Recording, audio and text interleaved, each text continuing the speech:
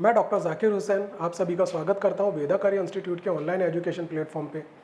आज हम आगे पढ़ेंगे श्वसन को, क्रैब साइकिल के बारे में जानेंगे, इलेक्ट्रॉन परिवहन तंत्र के बारे में जानेंगे और जो उसमें आगे इसका श्वसन गुणांक है और जो भी चीज़ें हैं कि श्वसन को प्रभावित करने वाले कारक हैं, ये सारी चीज़ें इस लेक्चर में हम पढ़ेंगे। पिछले लेक्चर में हमने ग्लाइकोलाइसिस पे आपको पढ़ा के और पायरुविक अम्ल उससे एसिटाइल को एंजाइम में बनाया था, वहाँ तक आपको पढ़ा दिया था। देखा था कि एक ग्लूकोज से दो पायरुविक अम्ल के अणु बने, दो पायरुविक अम्ल से अलग अलग दो क्रियाएं चलती हैं जहाँ से एसिटाइल को एंजाइम ए के दो अलग अलग अणु बने। अब उन दो एसिटाइल को एंजाइम ए के अलग अलग अणु से, जो एसिटाइल को एंजाइम ए के जो अलग अलग अणु से हम आगे की क्रिया देखेंगे जो क्रैब साइकिल में चलेगी। मैंने बताया था जो ग्लाइकोलाइसिस था वो कहाँ हो रहा था? कोशिका द्रव में। जो क्रैब साइकिल है, क्रैब साइकिल के जो आगे के जितना भी होगा ईटीएस, क्रैब साइकिल, ये सारी चीज़ें चलेंगी माइटोकॉन्ड्रिया में। तो माइटोकॉन्ड्रिया में भी कहाँ पे जो क्रैब साइकिल है वो माइटोकॉन्ड्रिया में भी कहाँ पे? तो माइटोकॉन्ड्रिया में बताएंगे क्रैब साइकिल कहाँ चलेगी और इलेक्ट्रॉन परिवहन तंत्र कहाँ चलेगा। ठीक है बेटा, आगे बढ़े। तो हम देखते हैं पौधों में श्वसन की क्रिया और जंतुओं में भिन्न होती है। पौधों में और जंतुओं में श्वसन की क्रिया मैंने पिछले लेक्चर में भी आपको बताया था कि पौधों में और जंतुओं में जो श्वसन की क्रिया होती है उसमें थोड़ी सी भिन्नता बताई थी और उसमें से कुछ पॉइंट यहाँ लेके आए हैं। पौधों का प्रत्येक भाग श्वसन करता है, जैसा मैंने आपने को बताया था, जड़, पत्ती, तना सब श्वसन कर रहे थे। जो पत्ती थी उसमें रंध्र के द्वारा, तना और जड़ के अंदर वात रंध्र के द्वारा, ठीक है, तो जड़ें रोम के द्वारा भी कर रही थी श्वसन। पौधों में गैसों का परिवहन नहीं होता। अब पौधों में गैसों का परिवहन बेटा क्यों होगा? क्योंकि उनको जरूरत नहीं है परिवहन की गैस के, क्योंकि पत्ती से लेके जड़ तक जो ऑक्सीजन है वो अपने आप रंध्र, वात रंध्र के द्वारा अंदर जा रही है, पौधे को मिल रही है अंदर कोशिका तक, और कोशिकाएं उससे जो है श्वसन की क्रिया को आगे बढ़ा रही हैं। जंतुओं में ऐसा नहीं है, या तो मुंह से जाएगी ऑक्सीजन या फिर नाक से जाएगी। मुंह और नाक बंद कर दो, इंसान का वैसे मृत्यु हो जानी है। तो हमारे पास तो सिर्फ दो ही रास्ते हैं, या तो नाक से ऑक्सीजन जाए या मुंह से जाए, और उसके बाद फेफड़ों के बाद रुधिर में घुल के कोशिकाओं तक पहुंचती है। यहाँ पे रुधिर जैसी कोई चीज़ है नहीं, और यहाँ पे क्यों नहीं है रुधिर जैसा परिवहन जैसा कुछ भी? इसलिए नहीं है, ऑक्सीजन को परिवहन इसलिए नहीं करा सकते क्योंकि यहाँ पे हर भाग से हो रहा है। पौधे के हर भाग से, जो जमीन के अंदर है वो भी ऑक्सीजन अपने अंदर ले रहा है, और जो ऊपर है जैसे पत्ती है वहाँ से भी ऑक्सीजन पेड़ में जा रही है। तो इनमें परिवहन गैसों का नहीं होगा।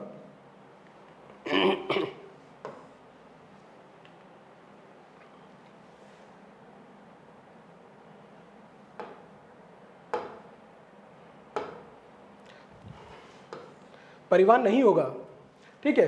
अब पौधों में श्वसन धीमा होता है। पौधों में श्वसन धीमा होगा क्योंकि पौधे हमारी तरह, जो कार्य है इनकी दिनचर्या है वो हमारी तरह नहीं है।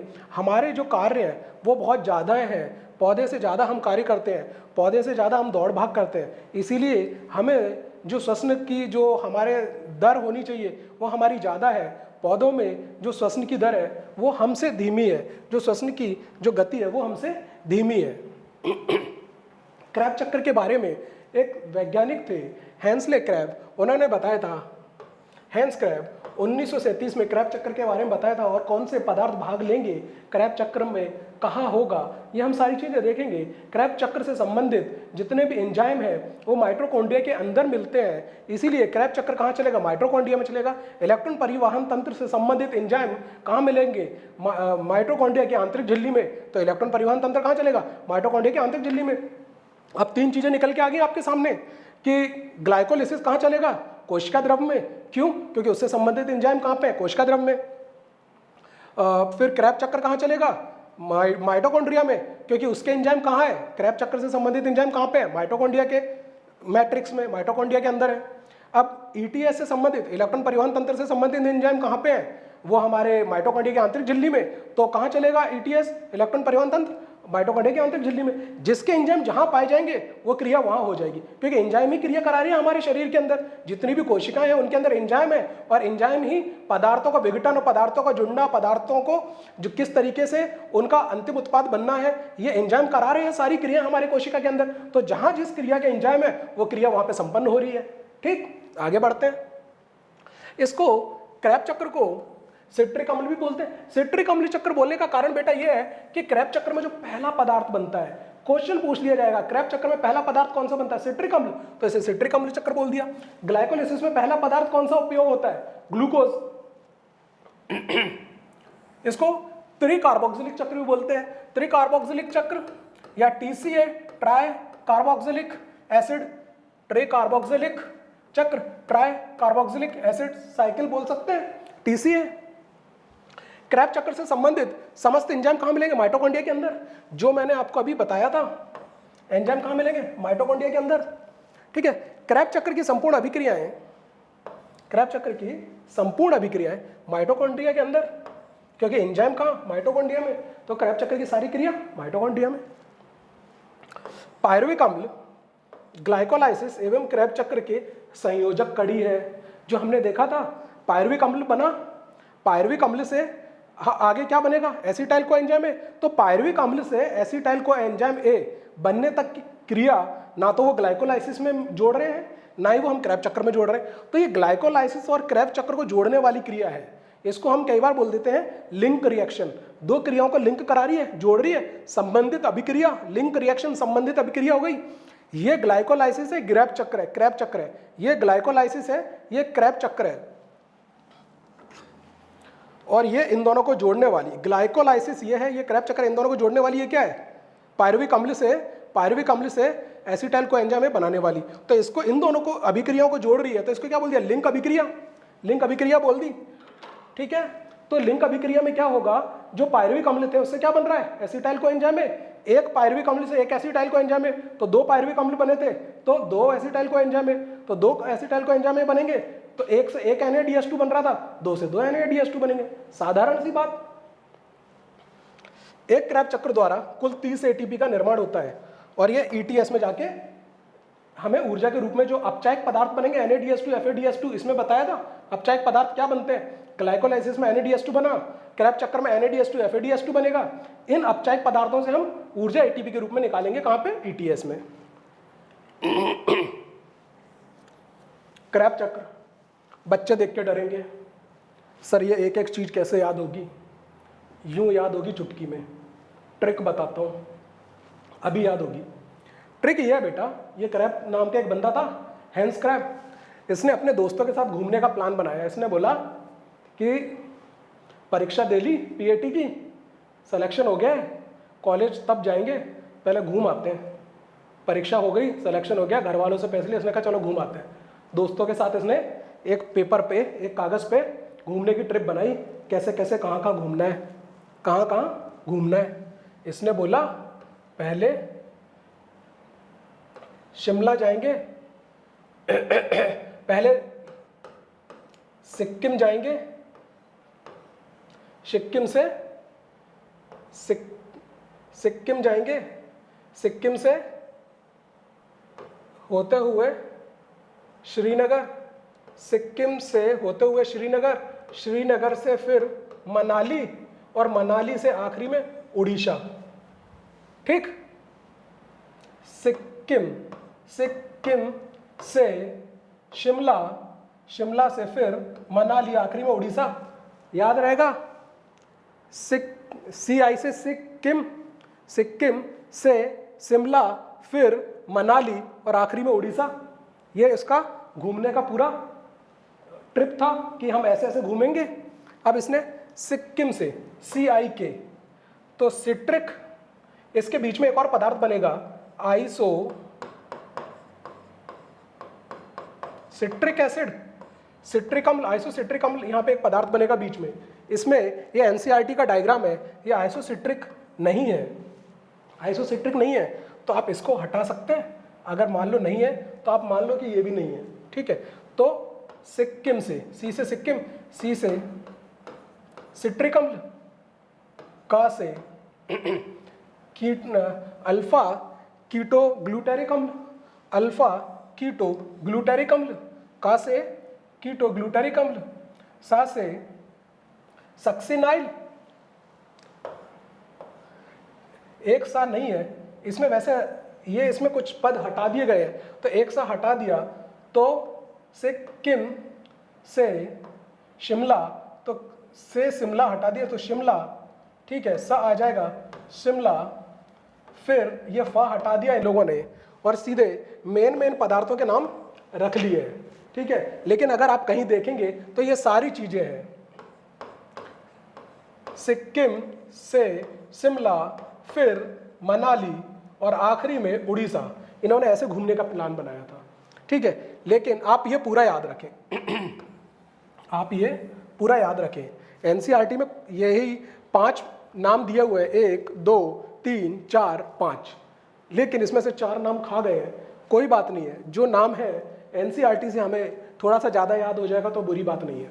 तो सिक्किम से शिमला, फिर मनाली और उड़ीसा, ये याद रहेंगे, शिमला मनाली उड़ीसा, ये तो नॉर्मल सी बात है यार, याद रहेंगे ये चीज़ें, ठीक है, कोई बड़ी चीज़ नहीं बता रहा हूँ, नॉर्मल सी बात बता रहा हूँ। सिक्किम से सिट्रिक अम्ल हो गया, आई से आइसोसिट्रिक अम्ल हो गया, के से अल्फा कीटोग्लूटारिक अम्ल हो गया, एस से सक्सिनाइल को एंजाइम ए हो गया, फिर सक्सिनिक एसिड हो गया, सक्सिनाइल को एंजाइम के बाद सक्सिनिक एसिड हो गया, एफ से फ्यूमेरिक एसिड हो गया, एम से मैलिक एसिड हो गया, ओ से ऑक्जेलो एसिटिक एसिड हो गया, ऑक्जेलो एसिटिक एसिड हो गया।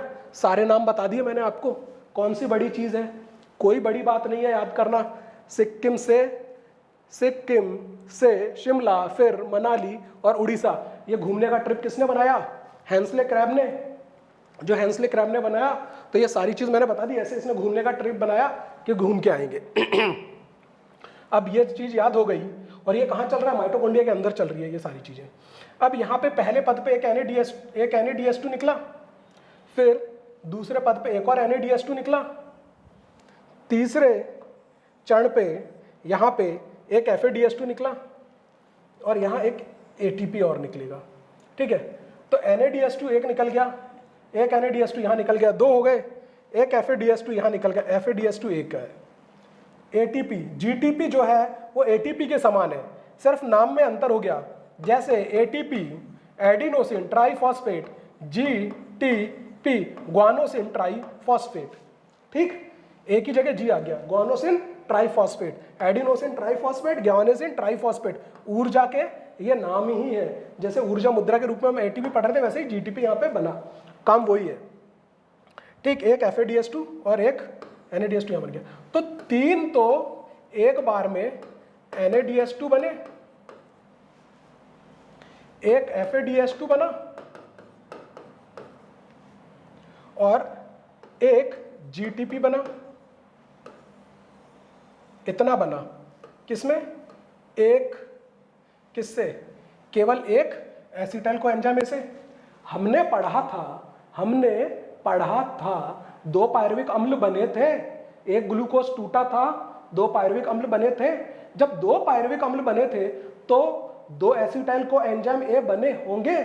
जब 2 एसिटाइल को एंजाइम ए बने होंगे, एक और कहाँ गया, तो एक और ऐसी ही क्रैब साइकिल चलेगी। 2 पायरुविक अम्ल बने तो 2 एसिटाइल को एंजाइम ए बने, 2 एसिटाइल को एंजाइम बने तो उसमें से एक और एसिटाइल को एंजाइम ए से ऐसी की ऐसी एक और साइकिल चली होगी। तो ऐसी की ऐसी एक और साइकिल चली होगी, तो ऐसा का ऐसा एक और 3 NADH2, एक FADH2 और एक GTP बना होगा। तो एक ये चक्कर चल गया, इसके बाद एक और एसिटाइल को एंजाइम ए को लेके अंदर ये चक्कर चला होगा। तो कितने हो गए, 3 NADH2 ये, 3 NADH2 ये, तो कुल कितने हो गए, 6 हो गए। एक FADH2 ये, एक FADH2 ये, तो 2 हो गए।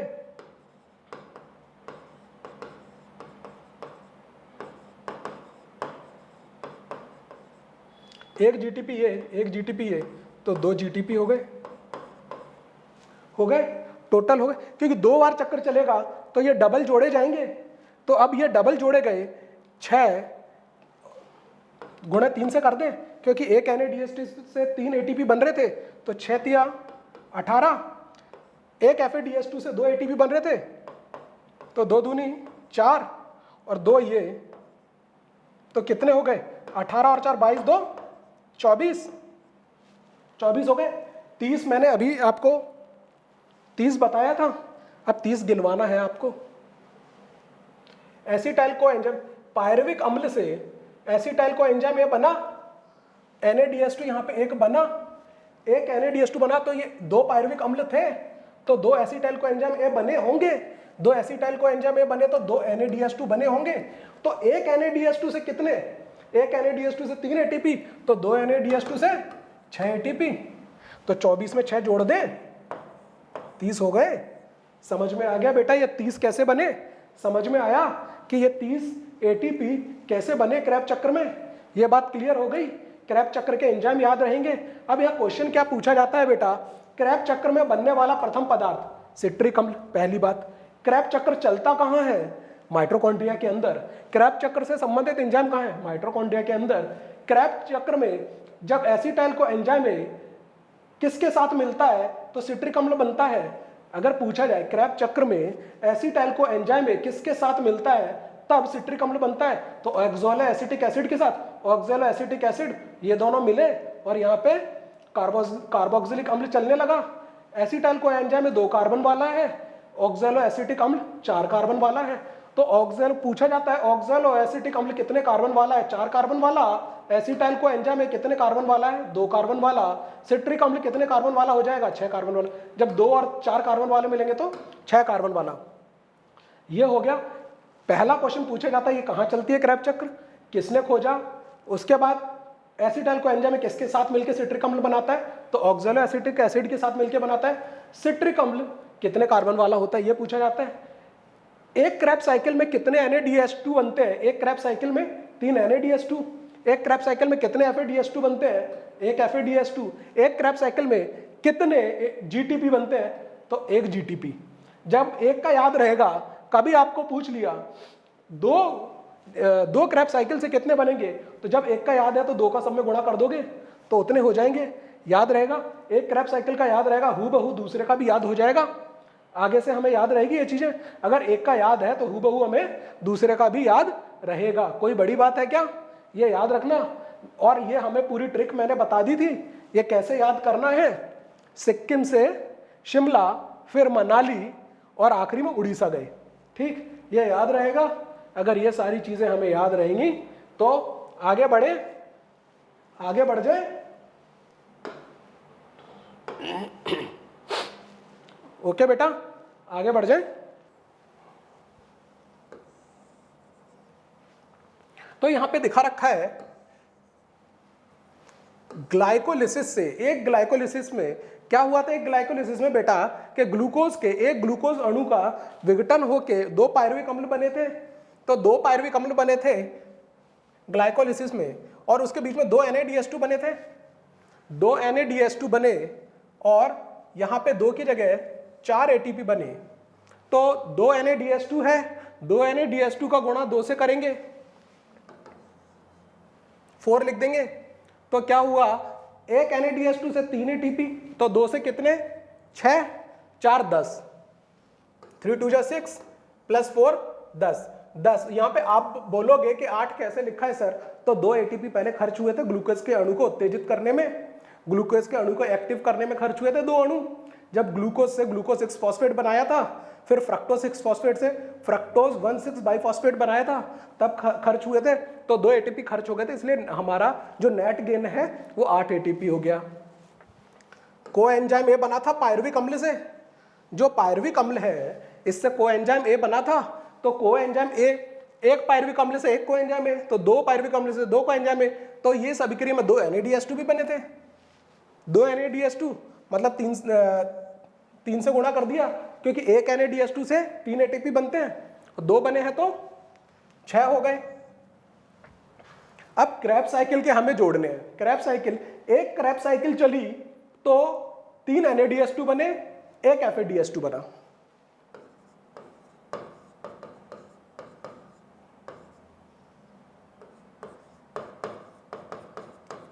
एक FADH2 और एक GTP, ये बना था। ऐसे ही क्रैब साइकिल भी 2 बार चलेगी। अब क्रैब साइकिल 2 बार चलेगी तो इन सब को डबल कर दें,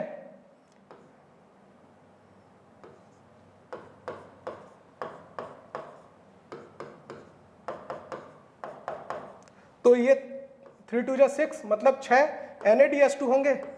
ये 2 टोटल 6 NaDH2, 2 FADH2 और एक गुणा कर दिया 2 GTP। अब ये देखिए कि 6, तो अब इसमें जो 6 NaDH2 है, तो 6 NaDH2 से कितने ATP बनेंगे बेटा? 6 NaDH2 से कितने ATP बनेंगे? 18। कितने बनेंगे बेटा? 18। 6 3 जा 18, 18। 2 FADH2 से कितने बने? एक FADH2 से 2 ATP, तो 2 FADH2 से कितने? 4 और 2 EA, 2 क्या है? ATP या GTP।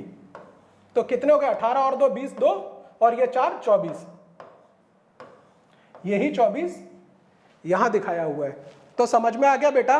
तो क्रैब्स साइकिल में 2 बार क्रैब्स साइकिल चलेगी। एक बार की क्रैब्स साइकिल में बनेंगे 3 NaDH2, एक FADH2 और एक GTP। तो 2 बार चलेगी, तो हमने गुणा कर दिया 2 का। फिर इन सब में से एक NaDH2 से कितने मिलते हैं? 3 ATP, तो 3 का गुणा कर दिया। एक FADH2 से 2 ATP, तो 2 का गुणा कर दिया। और एक GTP से, GTP का मतलब ATP ही है। ठीक, आगे बढ़ते बेटा। और टोटल ये 38 दिखाया हुआ है। टोटल कितना है? 38 ATP। अब ये देखेंगे जो अपचायक पदार्थ बने थे बेटा ग्लाइकोलिसिस में, क्रैब चक्र के अंदर जो अपचायक पदार्थ बने थे, इनसे हर स्टेप पे ऊर्जा नहीं निकलेगी।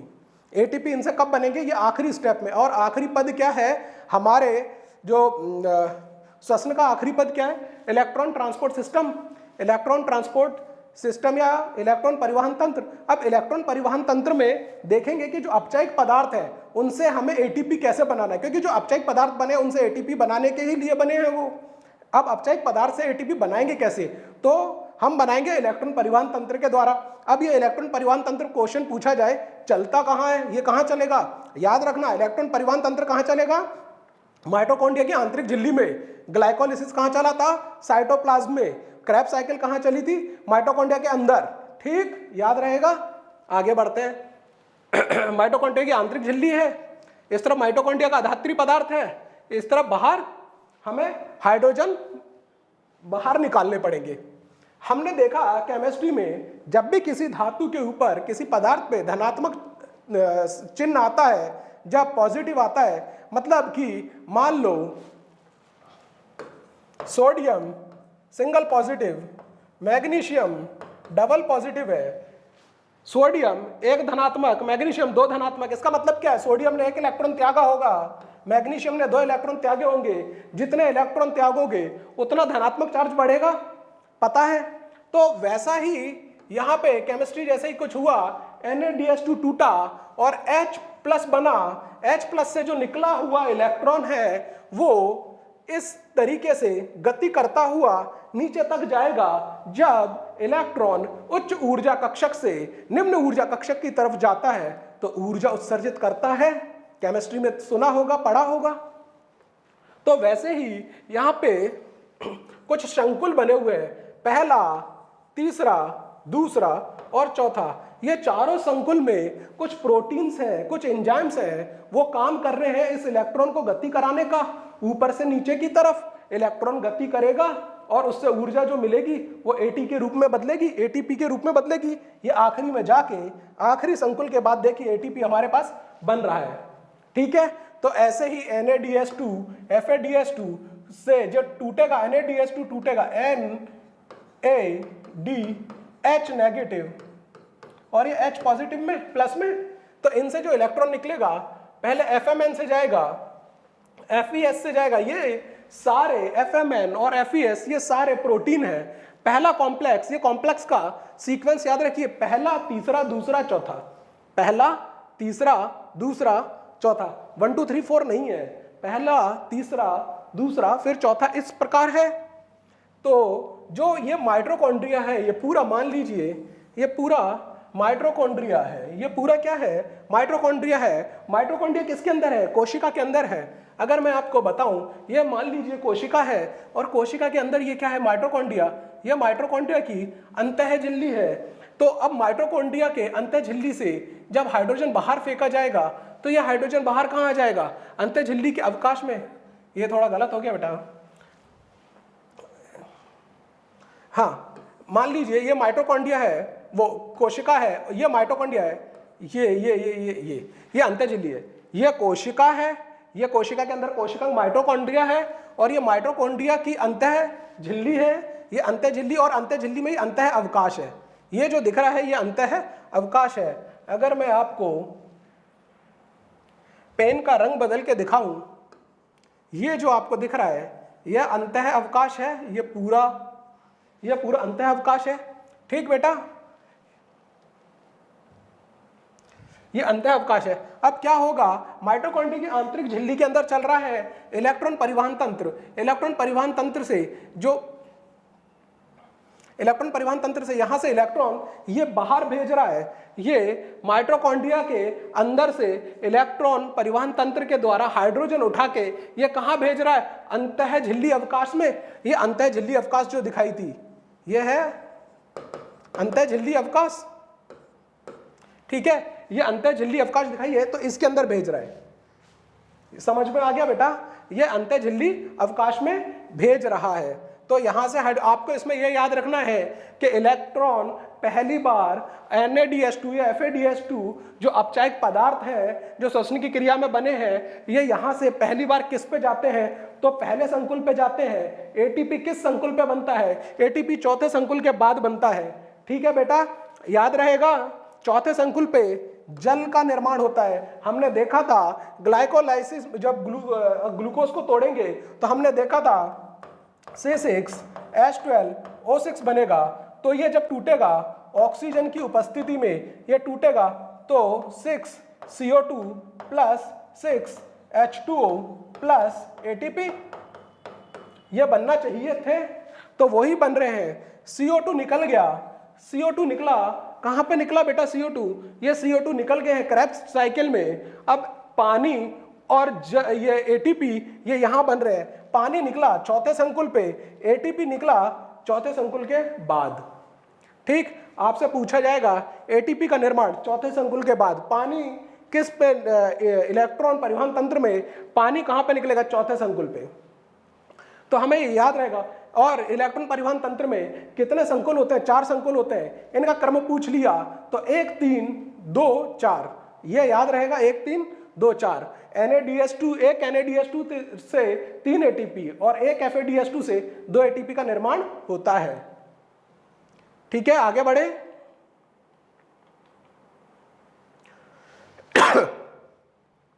इलेक्ट्रॉन परिवहन तंत्र के बारे में देख लेते हैं बेटा। यह तंत्र माइटोकॉन्ड्रिया की आंतरिक झिल्ली में चलता है। जैसा कि मैंने आपको बताया था, इलेक्ट्रॉन परिवहन तंत्र माइटोकॉन्ड्रिया की आंतरिक झिल्ली में चलेगा। इस प्रक्रिया में ग्लाइकोलाइसिस और क्रेब्स चक्र में क्वेश्चन पूछ लिया जाएगा, इलेक्ट्रॉन परिवहन तंत्र का महत्व क्या है, इलेक्ट्रॉन परिवहन तंत्र का महत्व क्या है बेटा। अगर पूछ लिया गया तो क्या महत्व है, ग्लाइकोलाइसिस और क्रेब्स चक्र में बने हुए अपचायक पदार्थों से ऊर्जा के रूप में ATP का निर्माण करना, ऊर्जा के रूप में ATP का निर्माण करना ही इलेक्ट्रॉन परिवहन तंत्र का मुख्य उद्देश्य है। जैसे कि इसमें अपचायक पदार्थ NADH2 FADH2 से ATP उत्पन्न होगी।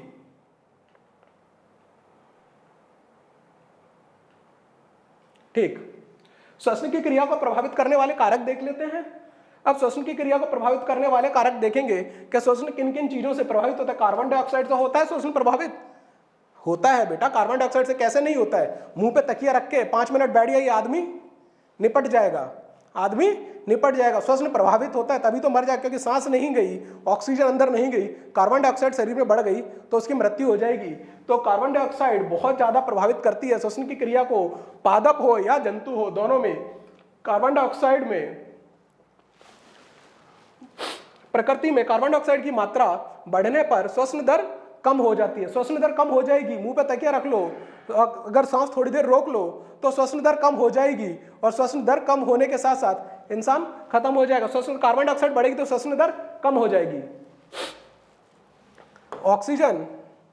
ऑक्सीजन की मात्रा घटने या बढ़ने से ज्यादा प्रभावित नहीं पड़ेगा। हमारे श्वसन दरों पे ऑक्सीजन के ज्यादा कम या बढ़ने पर ज्यादा फर्क नहीं पड़ेगा। ठीक है, ऑक्सीजन अगर थोड़ी बहुत कम भी होती है वातावरण में, या कार्बन डाइऑक्साइड थोड़ा बहुत बढ़ता भी है, तो उससे फर्क नहीं पड़ेगा। ऑक्सीजन के मात्रा के घटने व बढ़ने से श्वसन दर प्रभाव नहीं पड़ता है। प्रकाश, लाइट, प्रकाश की उपस्थिति में श्वसन दर बढ़ती है, प्रकाश की उपस्थिति में श्वसन दर बढ़ती है। आप देखोगे बेटा पौधों में प्रकाश की उपस्थिति में श्वसन दर बढ़ जाती है। श्वसन दर बढ़ जाती है किस तरीके से, जैसे प्रकाश है, प्रकाश आ रहा है तो पौधे क्या कर रहे हैं, श्वसन की क्रिया उनमें तेज हो जाती है क्योंकि वो ग्लूकोज का निर्माण कर रहे होते हैं। क्या बना रहे होते हैं, ग्लूकोज बना रहे होते हैं, तो उनमें श्वसन दर बढ़ जाती है।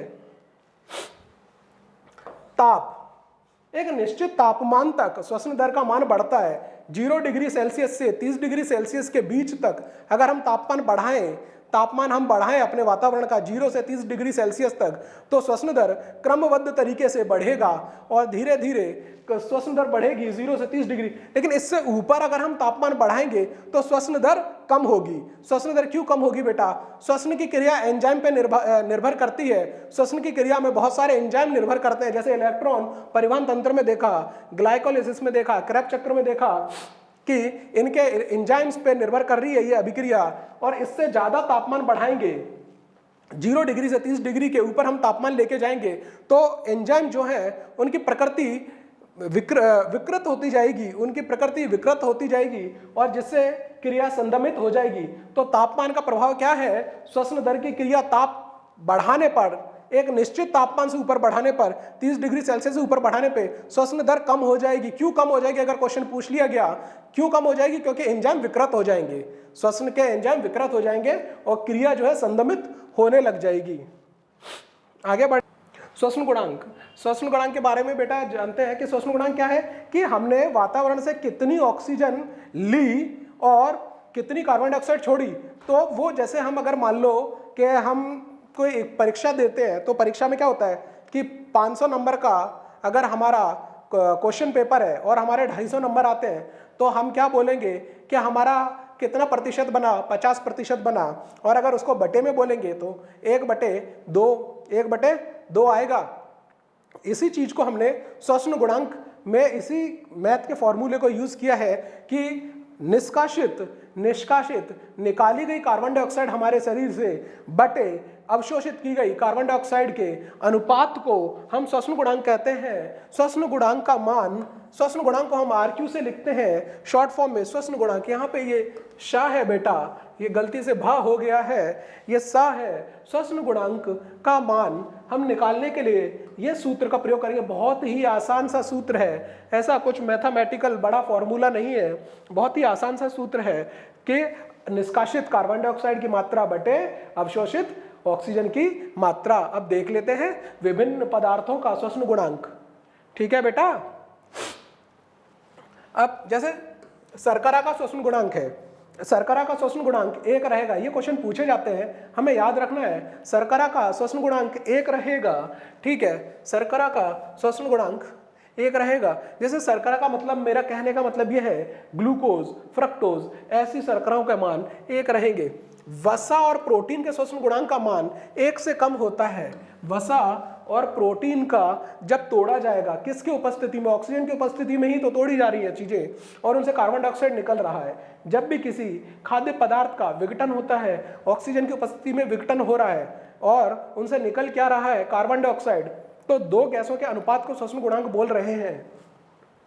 तो 1 से कम होता है। जो वसा है इसके लिए श्वसन गुणांक का मान 0.7 होगा और जो प्रोटीन है इसके लिए श्वसन गुणांक का मान 0.8 होगा। यह हमें याद रखना है बेटा। कार्बनिक अम्लों के लिए श्वसन गुणांक का मान 1 से अधिक होगा। वसा और प्रोटीन के लिए श्वसन गुणांक का मान 1 से कम होगा। शर्करा के लिए श्वसन गुणांक का मान 1 होगा। जो वसा के लिए श्वसन गुणांक का मान 0.7 होगा और प्रोटीन के लिए श्वसन गुणांक का मान 0.8 होगा। कार्बनिक अम्लों में श्वसन गुणांक का मान, ये मैलिक अम्ल 2 याद रखने, मैलिक अम्ल और कार्बोक्सिलिक अम्ल। जो मैलिक अम्ल है उसके लिए श्वसन गुणांक का मान कार्बनिक अम्लों में मैलिक और कार्बोक्सिलिक अम्ल, मैलिक अम्ल और ऑक्सैलिक अम्ल। जो मैलिक अम्ल है उसका शब्द छोटा है मैलिक, और ऑक्सैलिक अम्ल, ऑक्सैलिक बड़ा है, तो ऑक्सैलिक का श्वसन इन दोनों का ही पूछा जाता है, ज्यादातर इन दोनों का ही पूछा जाता है। तो याद रखने के लिए आपको ट्रिक बता रहा हूं। मैलिक छोटा शब्द है, कार्बोक्सिलिक बड़ा शब्द है। जो कार्बोक्सिलिक है इसका श्वसन गुणांक का मान फिर ज्यादा आना चाहिए। इसका श्वसन गुणांक का मान है कार्बोक्सिलिक का, ऑक्सैलिक अम्ल का 4, श्वसन गुणांक का मान है 4। ऑक्सैलिक बड़ा शब्द ऑक्सैलिक, बड़ा शब्द है, श्वसन गुणांक है 4, और मैलिक छोटा शब्द है, श्वसन गुणांक है 1.33। याद रहेगा बेटा, याद रहेगा ना, शर्करा का 1, वसा और प्रोटीन का 1 से कम, वसा का 0.7, प्रोटीन का 0.8। कार्बनिक अम्लों में श्वसन गुणांक का मान 1 से अधिक होता है। अब 1 से अधिक होता है तो 2 तरह के कार्बनिक अम्ल हम पढ़ेंगे, तो जिसमें एक कार्बनिक अम्ल है मैलिक अम्ल जिसका है 1.33, और एक ऑक्सैलिक अम्ल है, कार्बनिक अम्ल है ये भी, इसका है श्वसन गुणांक का मान 4। ठीक।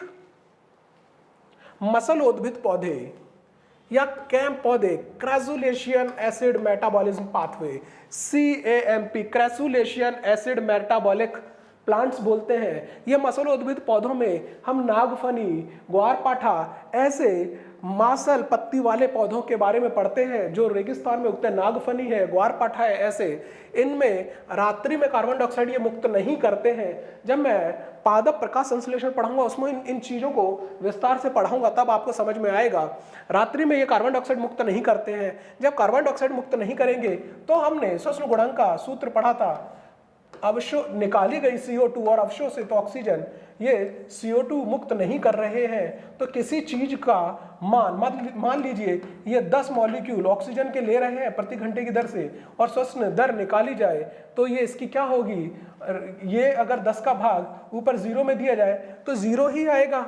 तो वही चीज यहाँ पे अपनाई है, मैथ का छोटा सा फॉर्मूला प्रयुक्त कर हमने चीजें निकाली हैं। और श्वसन गुणांक का मान दिन में देखा जाए, दिन में ये कार्बन डाइऑक्साइड को बाहर निकाल रहे हैं, तो दिन में देखा जाए तो ये 1.33 आएगा। 1.33 अभी हमने पिछली स्लाइड में पढ़ा था, किसका था, एकदम मैलिक अम्ल का था, और मैलिक अम्ल मसलोद्भिद पौधों में मिलेगा। अवायवीय श्वसन के अंदर श्वसन गुणांक का मान पूछ लिया जाता है। श्वसन गुणांक का मान अनंत किसके लिए है, अवायवीय श्वसन के लिए है। अवायवीय श्वसन के लिए कैसे हो जाएगा, यही सूत्र में रख दो, जैसे रेस्पिरेटरी गुणांक है तो अवायवीय श्वसन के अंदर हम रख देंगे, तो इसमें अवायवीय श्वसन में ऑक्सीजन ले ही नहीं रहे हैं तो नीचे 0 हो जाएगा, ऊपर CO2 का कुछ मान रहेगा। अब 0 का किसी में भाग जाएगा तो अनंत बार जाती है चीजें कितनी अनंत बार जाएगी, तो अनंत आ गया। ठीक, इन्फिनाइट। आक्सीय श्वसन अनाक्सीय श्वसन साथ साथ जिस बिंदु पर मिलते हैं उसे संक्रमण बिंदु कहते हैं। याद रखिए, कुछ फलों के पकने पर, जब फल पक जाते हैं, आपने देखा होगा अपने घर में फ्रिज खोलोगे या फिर किसी रूम के अंदर सेब और केला, पपीता, अमरूद, टमाटर, बेर ऐसी चीजें रखी हुई हैं। जब पापा लेके आते हैं केले, पहले दिन तो उनमें से इतनी ज्यादा खुशबू नहीं आती है, लेकिन जैसे एक कमरे में रखे रहेंगे वो फल, और जब भी उस कमरे से आना जाना होगा आपका तो उस फल की गंध आएगी। उसी फल की गंध का मतलब है क्लाइमेट्रिक रेस्पिरेशन, मतलब कि वो फल पक रहे हैं और एक विशेष प्रकार का श्वसन कर रहे हैं, इसको बोल रहे हैं क्लाइमेट्रिक रेस्पिरेशन। इस श्वसन को क्लाइमेट्रिक रेस्पिरेशन बोला गया है, क्लाइमेट्रिक श्वसन बोला गया है। फल भी श्वसन करेंगे तो उनकी जो गंध होगी वो चारों तरफ फैलेगी, उसी को बोला गया है क्लाइमेट्रिक श्वसन। पूछ लिया गया क्लाइमेट्रिक श्वसन क्या है, फलों के पकने की प्रक्रिया को, फलों के पकने के समय एक श्वसन दर अचानक बढ़ जाती है और वहां से जो हमें गंध प्राप्त होती है वो क्लाइमेट्रिक श्वसन की होती है। ठीक है, उदाहरण के लिए यहाँ पपीता दे दिया गया है। श्वसन का मापान गैनॉन रेस्पिरेटरी मीटर, जैसे कि थर्मोमीटर जैसे कि तापमान शरीर का नापने के लिए थर्मो का मतलब है ताप, मीटर मतलब मापांक, तो ताप का मापांक थर्मोमीटर, किलोमीटर, केजी, ऐसे इस तरीके से सब चीज़ों को मापने के लिए हमने कुछ मापांक बनाए। ऐसे ही हमने श्वसन दर को मापने के लिए एक मापांक बनाया गैनॉन रेस्पिरेटरी मीटर, गैनॉन रेस्पायरोमीटर। अब रेस्पायरो का मतलब क्या है, श्वसन है, मीटर का मतलब मापांक, तो श्वसन को मापने का क्या है, रेस्पायरोमीटर। गैनॉन रेस्पायरो, गैनॉन साइंटिस्ट का नाम है, रेस्पायरोमीटर, गैनॉन रेस्पायरोमीटर। गैनॉन क्या है, साइंटिस्ट का नाम है, और रेस्पायरोमीटर। ठीक है, याद रहेंगी चीजें। Phospho pentose phosphate pathway, hexose monophosphate pathway. ठीक है, इसका नाम PPP या HMP शंट बोलते हैं। इसको क्या बोलेंगे, pentose phosphate pathway, pentose phosphate pathway, hexose monophosphate इस पाथवे शंट भी बोला जाता है, शंट। ठीक है, ये शंट है बेटा, शंट। ठीक है, शंट है। तो इस शंट का, इस चीज़ का कहाँ पे महत्व आएगा? हमारी मांसपेशियाँ जब ऑक्सीजन की कमी के कारण जब श्वसन करती हैं, जब हम दौड़ रहे हैं, कुछ और कार्य कर रहे हैं, तो एक हमारे शरीर में भिन्न प्रकार की प्रक्रियाएं होने लगती हैं, श्वसन दर बढ़ जाती है और हमें जो एटीपी की जरूरत होती है उसको पूरा करती हैं। लेकिन ऐसी अवस्था में हमें नॉर्मल अवस्था से 2 एटीपी कम मिलेंगे, इस शंट में चले जाते हैं। इसीलिए इस शंट में तो क्वेश्चन पूछा जाएगा एचएमपी शंट या फॉस्फोपाइरुवेट पाथवे शंट में किसने दिया? बर्गर और डिकेंस नाम के वैज्ञानिक ने दिया। ग्लूकोज के अणु का वैसा ही विघटन होगा, सब कुछ होगा। यह वैकल्पिक पाथ है श्वसन का, यह श्वसन का वैकल्पिक पाथ है। या कोशिका द्रव में ऑक्सीजन की अनुपस्थिति में होता है, ऑक्सीजन की अनुपस्थिति में होता है और 36 एटीपी ऊर्जा उत्पन्न होगी।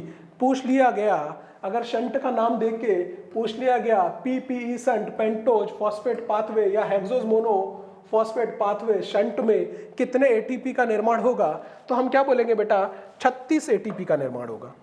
ठीक है, कितने एटीपी का? 36। और सामान्यतः कितना होता है? 38।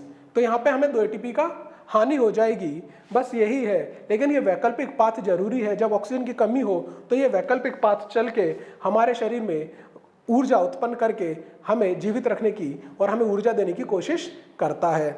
तो बेटा यहाँ तक हमारा चैप्टर था पादप श्वसन, ये समाप्त होता है। मैंने कोशिश की कि आपको आसान भाषा में आसान तरीके से समझा सकूं और मैं उम्मीद करता हूं आपको सारी चीज़ें क्लियर हुई होंगी, समझ में आई होगी। इसके साथ मैं ये लेक्चर ख़त्म करता हूं। धन्यवाद दोस्तों।